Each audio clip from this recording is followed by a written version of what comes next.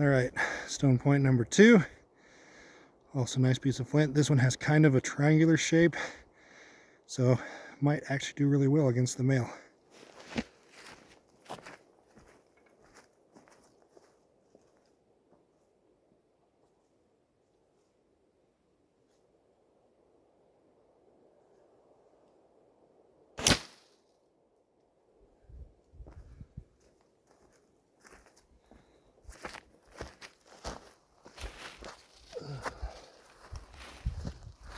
So that one looks like it actually glanced.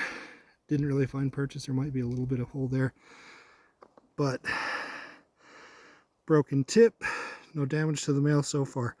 Haven't had a good direct hit yet, so we'll see.